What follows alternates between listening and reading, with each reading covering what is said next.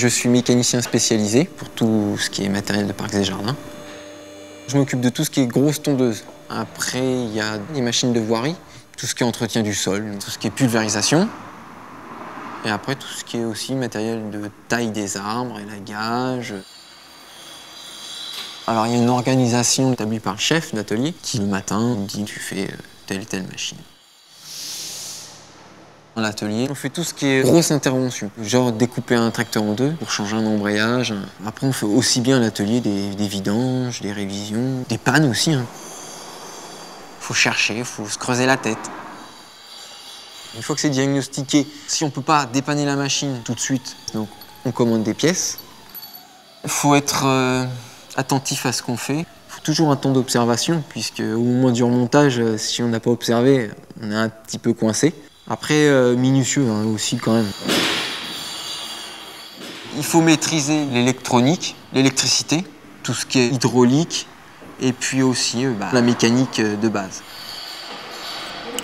J'ai un bac professionnel, agent de maintenance des matériels. Mon père m'a initié un peu à la mécanique et à la base, c'était du matériel de parcs et jardins, donc voilà. J'aurais pu travailler aussi bien dans les travaux publics que dans le matériel agricole. Dans ce cas-là, il aurait fallu faire des stages différents. On travaille principalement à l'atelier, mais on va aussi à l'extérieur. Des fois, on ne peut pas déplacer les machines, elles ne peuvent plus bouger, donc là, il faut qu'on intervienne. Régulièrement, on va à 50 km aux alentours. Parfois, on peut s'étendre jusqu'à 100, 150 km. Donc, on intervient sur un Golf suite à une panne d'avancement sur un tracteur. Vu que c'est un tracteur avec un calculateur électronique, on va brancher un outil de diagnostic informatique pour nous aider à déterminer la panne. Il y a de plus en plus d'informatique. En cours d'année, on a des formations pour être à niveau. Ce que j'apprécie dans ce travail, c'est que c'est très diversifié. C'est rarement les mêmes machines qui sont en panne, donc il y a rarement d'habitude. En inconvénient, il y a la pluie, le froid. On s'arrête pas, on intervient quand même. Je me vois mal rentrer et dire bon bah il pleuvait. Non bah j'ai laissé le tracteur en panne.